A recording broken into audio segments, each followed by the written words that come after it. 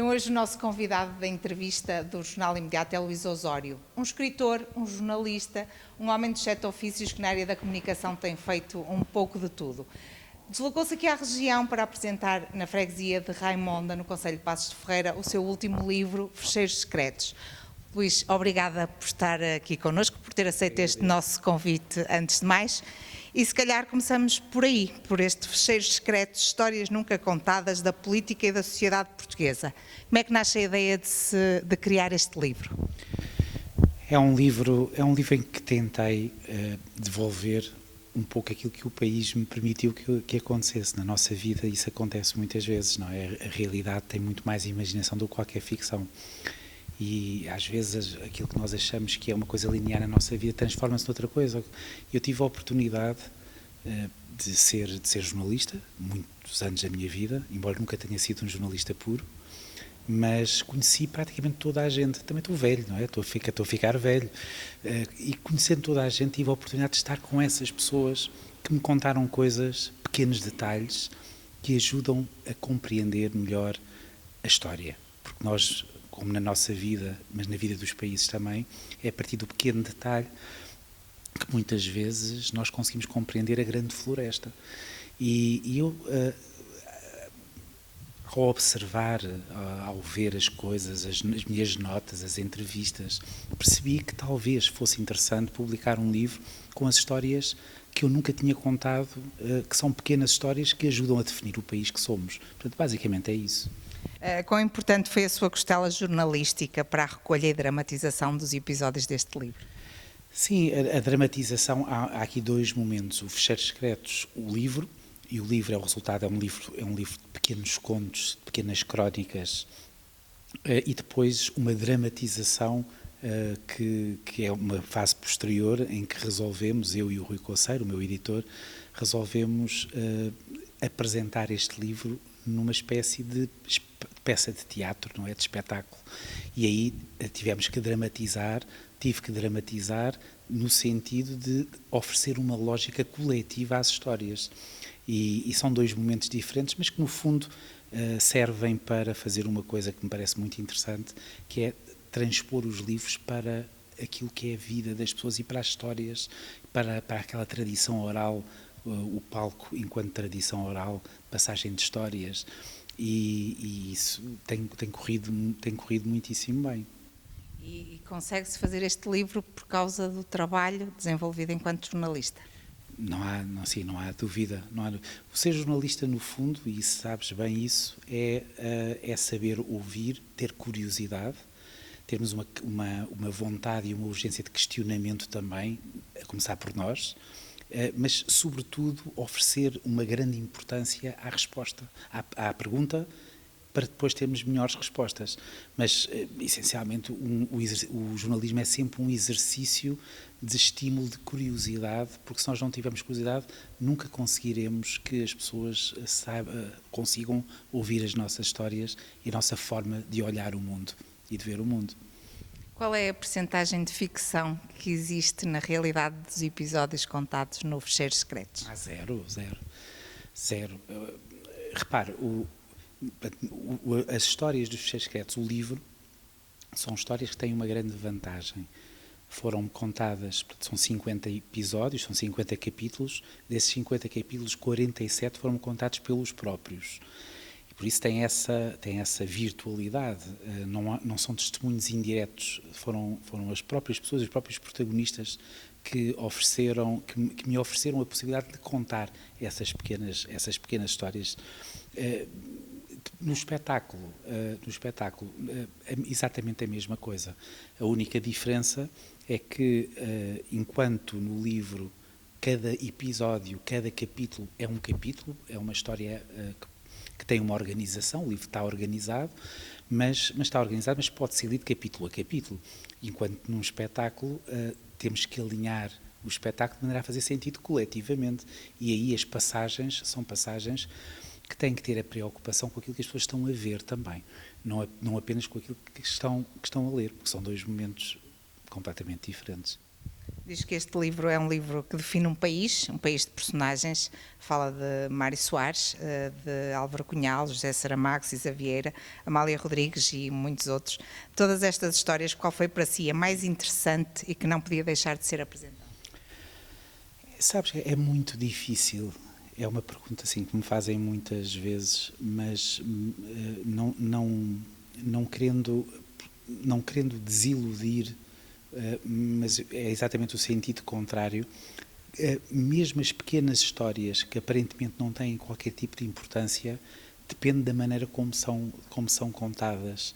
Por exemplo, a história do Abel, que é a história de um homem anónimo, o último leproso português, é uma história que me impressionou muito quando conheci o Abel. Aquela história, durante os dias a seguir, não saía da minha cabeça. E até ao último dia eu vou lembrar-me da voz do Abel e daquela cara, daqueles olhos. E para mim é tão importante essa história como a história do Mário Soares e da Maria Barroso, do dia em que fundaram o Partido Socialista, em que a Maria Barroso votou contra a fundação do Partido Socialista, e naquele momento todas as pessoas que fundaram o Partido Socialista acharam que o casamento ia acabar ali. Essa história é uma história muito interessante, mas não é mais importante do que a história do Abel ou de qualquer outra história do livro. Há momentos, a história do Durão Barroso, quando rouba os móveis da Faculdade de Direito, e depois o Arnaldo Matos, que era o líder do MRPP, obriga-o a devolver os móveis. Ele, a partir daí, faz uma ruptura com o MRPP. Se aquele momento, que não tem aparentemente importância nenhuma, não tivesse acontecido, talvez o Durão Barroso não tivesse sido Primeiro-Ministro, porque teria continuado a militar no MRPP e provavelmente não teria sido militante do PSD e não teria chegado a Primeiro-Ministro. Na nossa vida, muitas vezes, até nos pequenos acontecimentos, é uma porta que nós entramos e não entramos, uma que deixamos entreaberta e não fechamos no momento certo, que nos define o percurso e nos define o mundo, a vida. E nos países é a mesma coisa. Na história dos países é exatamente a mesma coisa. Percorreu tantas personagens portuguesas do último século. Sentiu-se apaixonado por alguma e horrorizado por uma outra? Não, eu não tento não fazer juízos de valor. É evidente que há a indignação, o Nuno Berdaró de Santos, que é um homem muito inteligente, morreu e era talvez o melhor amigo do Jorge Sampaio, um dos homens mais brilhantes do século XX, do final do século XX português, dizia que a indignação é um espasmo da inteligência. E acho que sim, mas é inevitável que nos indignemos muitas vezes. Mas eu tento não fazer juízos de valor sobre personagens, porque também é uma forma de nós, quando nos indignamos, deixamos de ter o foco sobre aquilo que é necessário, porque quando nos indignamos, deixamos de ter a razão, porque são as vísceras, não é? Que são importantes. Há histórias, os Fecheiros Secretos têm histórias admiráveis, têm histórias que são questionáveis, mas eu tentei no livro não fazer mesmo juízos de valor. Por exemplo, Cavaco Silva. Cavaco Silva é um personagem, é mais ou menos público para quem me segue, não é dos meus personagens preferidos da nossa história contemporânea, mas as histórias que conto do professor Cavaco Silva nos Fecheiros Secretos são histórias em que eu deixo margem para as pessoas poderem compor aquilo que é a sua opinião e o seu juízo de valor. Por exemplo, há uma história que é uma história deliciosa de Cavaco Silva, muito interessante, em que há pessoas, quem gosta de Cavaco acha que aquilo é um exemplo, aquela história que o Cavaco é um homem que vê para lá, que é um homem de uma inteligência e de uma capacidade estratégica extraordinária, mas quem não gosta diz que aquela mesma história é um exemplo da falta de caráter de Cavaco Silva, que é o momento em que Cavaco Silva escolhe um Ministro das Finanças e escolhe 6 meses antes de despedir o Ministro das Finanças que tinha. E, portanto, durante 6 meses, Cavaco Silva teve como Ministro das Finanças um Ministro que não queria, sabendo quem era o sucessor e falando com o sucessor. Eu deixo à consideração das pessoas como é que definem Cavaco Silva a partir dessa história. A não fazer estes juízos de valor, não avaliou as suas personagens pelo seu efeito positivo ou nefasto na história de Portugal? Não, eu acredito que este livro não é o livro, o objetivo não passava por aí. Por exemplo, o momento em que conto a história do sobrinho de Salazar, que é um momento muito impressionante, é uma história muito impressionante, porque o sobrinho de Salazar, que ainda é vivo, vive como se o tio estivesse vivo e como veste as botas, calça as botas do tio, passa a sua vida a viver em função da memória de um fantasma. Mas que para ele não é um fantasma, é um ser vivo e uma alma que paira sobre o país. Eu não seria muito menos interessante para o livro, na minha opinião, se este conjunto de histórias depois fossem moldadas em função daquilo que eu penso ideologicamente, ou daquilo que eu sou politicamente. Isso seria um outro livro. Quando escrevo um postal do dia na TSF, eu escrevo todos os dias e dou a minha opinião todos os dias. E aí sem qualquer tipo de barreira. Agora, neste livro, que é um livro como disseste há pouco, tenta definir, ajudar a definir o país, este país que amamos, mas às vezes no espaço de um minuto desprezamos também e menorizamos, dar ferramentas, dar informação para que nós compreendamos melhor personagens que nos fizeram ser estes, não é? Que nos ajudaram a ser estes. E acho que desse ponto de vista tem sido uma boa viagem. O livro saiu em 2021, portanto é um livro que, ao contrário daquilo que acontece normalmente no mercado de livros em Portugal, tem tido várias vidas e continua a ter novas edições. Vai agora, está na 4ª edição e vai para a 5ª edição, e o espetáculo ajuda, claro, mas tem tido várias vidas. Portanto, há um grande interesse, uma grande curiosidade e um grande espanto e surpresa. Isto aconteceu assim, talvez isto tenha definido aquilo que veio a seguir, e esse exercício de memória, de respeito pela memória, é muito importante quando o nosso tempo cada vez preserva menos e respeita menos a memória. É um instrumento que pode auxiliar a compreender a história de Portugal e, quem sabe, até passar a ser um instrumento escolar. Poderá ajudar nesse sentido? Não, acho que sim. Acho que é um livro que é importante é importante primeiro porque cada vez mais a história é vista sempre pela floresta, pela macro-história, pela macroeconomia, e temos muitas vezes os nossos historiadores também muitas vezes dão pouca importância ao pequeno detalhe, e na política nós sabemos que é às vezes nesse pormenor que se define tudo. É importante. Agora, é um livro também que é despretensioso. Há histórias que são histórias muito importantes. O livro começa, o primeiro capítulo, Os Fecheiros Secretos, que não está no espetáculo, mas é a última reunião, a última conversa de Álvaro Cunhal e Mário Soares antes do 25 de Abril.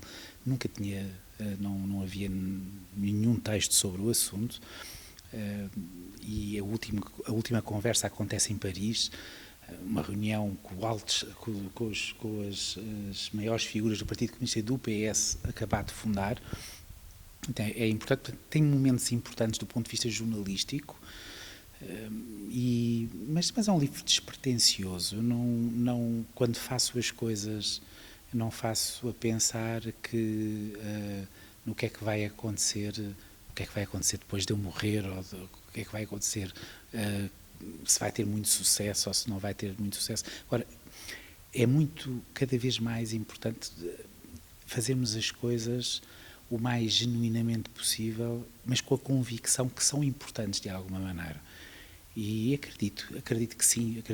Aliás, aí os espetáculos dos Fecheiros Secretos provam um bocadinho isso. De repente, estar na Casa da Música ou no Tivoli com mais de 1000 pessoas, e eu fico muito feliz porque no fundo é um espetáculo e um livro sobre a memória e sobre o passado e o respeito por nós próprios, porque nós não nos podemos respeitar se não respeitarmos o nosso passado, até do ponto de vista das pessoas de quem nós não gostamos. Se tivesse a oportunidade de selecionar uma personagem da atualidade política ou social do país para revelar uma história secreta, quem seria? Não sei, há personagens hoje, não é? Estou a ser muito pressionado para escrever um segundo livro dos Fecheiros Secretos sobre as personagens agora no ativo. Sim, eu tenho curiosidade. O meu primeiro livro, em 1999, chamava-se 25 Portugueses, era um livro de entrevistas, de 25 entrevistas, e nós percebemos que há qualquer coisa de diferente na dimensão dos personagens políticos do presente. Claro que a nossa lente ainda está demasiado presa ao presente, nós não temos perspectiva, não é, para os ver em perspectiva, mas aquele livro tinha entrevistas com Álvaro Cunhal, Mário Soares, Ramalhianes, enfim, Amália Rodrigues, Saramago, e hoje, se eu fizesse 25 entrevistas com as pessoas atuais, não tinham essa dimensão, em média. Mas há personagens de quem eu gosto, personagens muito diferentes, há personagens que eu tenho curiosidade sobre Marcelo Rebelo de Sousa, e tenho curiosidade sobre Marcelo Rebelo de Sousa precisamente porque nós achamos que sabemos tudo sobre Marcelo Rebelo de Sousa. E quando nós achamos que sabemos tudo sobre Marcelo Rebelo de Sousa ou sobre alguém, isso aí estimula a curiosidade para saber aquilo que verdadeiramente não se sabe sobre esta figura. Aliás, eu tenho muita curiosidade sobre dois tipos de figuras, sobre as pessoas que nós achamos que se sabe tudo e sobre as pessoas que nós achamos que não se sabe nada. Os meios termos é que não me interessam muito, mas há figuras obviamente fascinantes. À direita e à esquerda, o Pedro Passos Coelho é uma figura que todo o episódio da doença da mulher eu dou importância também política a esse momento. Quando vemos estes episódios dentro do Partido Socialista, do Pedro Nuno Santos, tenho curiosidade sobre o Pedro Nuno Santos, tenho curiosidade, tenho um grande respeito pelo António Guterres. Há uma história do António Guterres nos Fecheiros Secretos, mas acho que vamos tratar de uma maneira diferente, até porque ele neste momento está numa outra dimensão, não é? Está numa espécie de Olimpo, mas um Olimpo com coisas muito negras e coisas entre a luz e a sombra.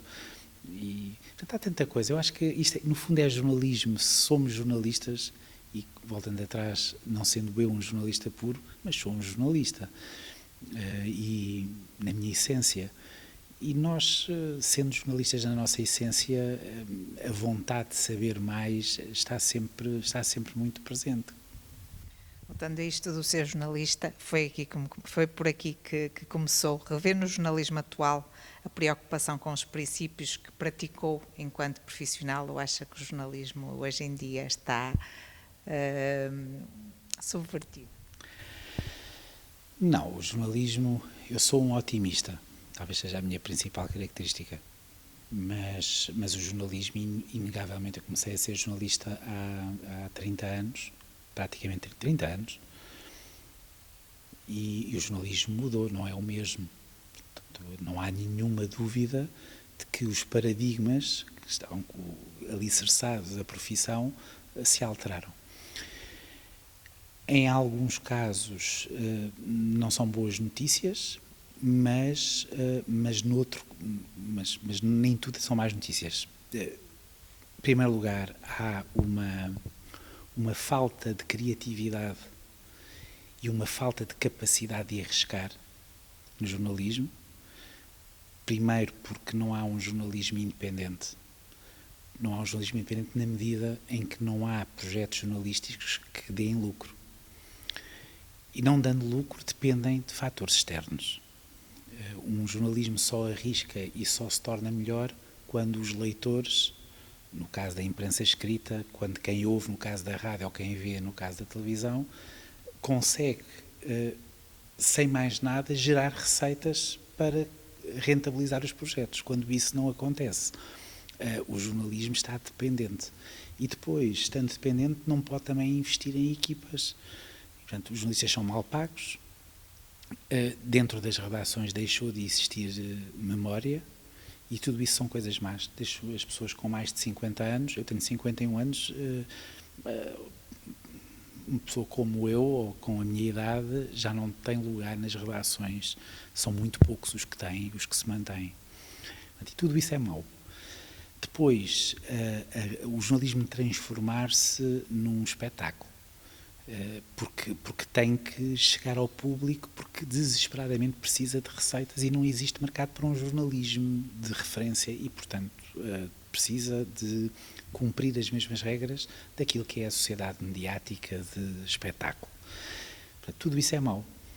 O que é bom é que hoje estão disponíveis novas ferramentas muito perversas, mas muito esmagadoras. E aquilo que é perverso pode ser extraordinário. Quando nós vemos o nascimento das redes sociais, que são muito diabolizadas pelos jornalistas, mas mal. Porque não vale muito a pena estarmos a dizer que coisa é terrível, e não, é inevitável.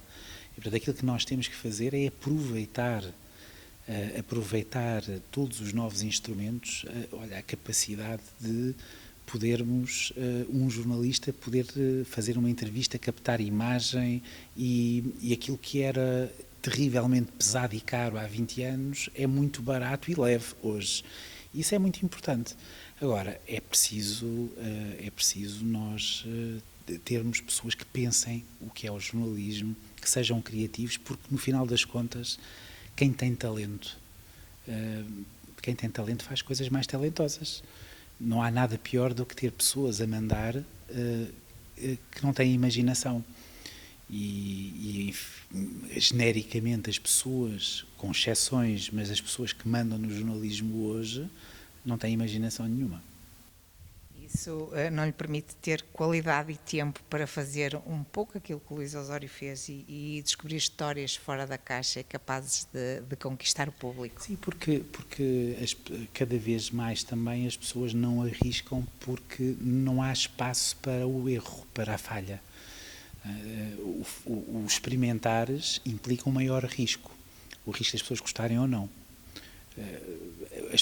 Os projetos jornalísticos que marcam o tempo, e não só jornalísticos de comunicação, são projetos que dão às pessoas não aquilo que as pessoas querem, mas aquilo que as pessoas precisam. Só que o problema é que nós não sabemos aquilo que as pessoas precisam. E por isso a possibilidade de tu errares quando tens projetos muito fortes e que arriscam, quando acertas, ok, é fantástico, abres um caminho que não existe antes, mas o problema é que não acertas, gastas muito dinheiro e perdes, e não há quem queira investir para perder. E portanto, aqui é um drama. Repara, os projetos que marcaram o jornalismo em Portugal foram projetos que arriscaram e com pessoas muito talentosas, não é? Tanto à direita como à esquerda, não é? Nós percebemos o Independente à direita, o Público à esquerda no início. Foram projetos muito caros e que arriscaram. Hoje não há espaço para isso. Não há espaço para isso, infelizmente. O Luís foi jornalista, fez televisão, ensinou peças de teatro, participou em comissões governamentais, coordenou comunicação política, entre muitas outras coisas. Qual destes é o seu personagem mais importante e sobre qual é que contava um fecheiro secreto? Sim, é uma questão interessante. É uma questão interessante. Hoje tive um almoço com uma pessoa com quem trabalho e numa área empresarial, e ela perguntou-me uma coisa parecida, porque eu estou em muito lado, em coisas muito diferentes, mas sempre fui assim, há uma inquietação permanente e julgo que já não vou mudar, e isso é uma coisa muito boa e muito má. É muito má, porque quem está em vários tabuleiros não está em tabuleiro nenhum, na verdade. Mas, por outro lado, também, estando em vários lugares, tenho sempre mundo. E o mundo está sempre à minha frente para eu o percorrer. Não há nunca um lugar que seja demasiado estreito, porque o meu caminho é largo. E é uma vontade sempre, uma curiosidade permanente de fazer várias coisas. Eu tenho tanto prazer numa redação e talvez o lugar onde fui mais feliz tenha sido uma redação de um jornal diário. Mas no momento em que saí, não voltei a olhar para trás a querer ser jornalista amanhã, porque queria mais, queria outras coisas. E creio que todas as coisas que faço têm essa marca de tentar dar o melhor de mim, com um imenso respeito pela vida, não é? Por aquilo que a vida me propõe em cada momento. Acho que quando respeitamos a vida, e a vida pode ser terrível, respeitar a vida é dar-nos a possibilidade de ela fazer connosco aquilo que quiser, porque faz aquilo que quiser. Não é? O momento em que nós nascemos, estamos condenados a morrer, mas no entretanto é que temos que viver. O entretanto é a vida, e esse momento nós não podemos abdicar. Agora, a vida é como o jogo da glória. Nós estamos a caminhar para o fim, para ganhar, mas há sempre um buraco que nos faz voltar atrás. E eu tenho um grande respeito e uma grande... não há buraco que me faça desapaixonar-me por estar aqui. Muito obrigada. Obrigado. Boa sorte neste caminho dos fecheiros secretos. Aguardamos então, quem sabe, um segundo fecheiros secretos com estas histórias. Eu já acredito em tudo. Já acredito em tudo, é possível. Tudo é possível. Havia uma coisa que aliás, eu acabei assim no espetáculo que tive ali, sobre jornalistas. Eu já não sou jornalista, mas é jornalista, e eu tive o privilégio de conhecer o José Cardoso Pires e trabalhar com ele no semanário Jornal. Estava na mesma sala com ele, e há lá um dia em que eu estava assim muito chateado porque não me saía nada, um texto, tinha 19 anos, e o José Cardoso Pires disse-me assim no final: oh, Luís, o que é que tu vais fazer amanhã? E eu disse: bem, eu vou fazer não sei o quê. E ele disse: não, o que é que tu vais fazer amanhã? Mesmo que seja diferente daquilo que fizeste hoje e ontem e anteontem, o que é que tu vais fazer amanhã? Nunca me esqueci disso.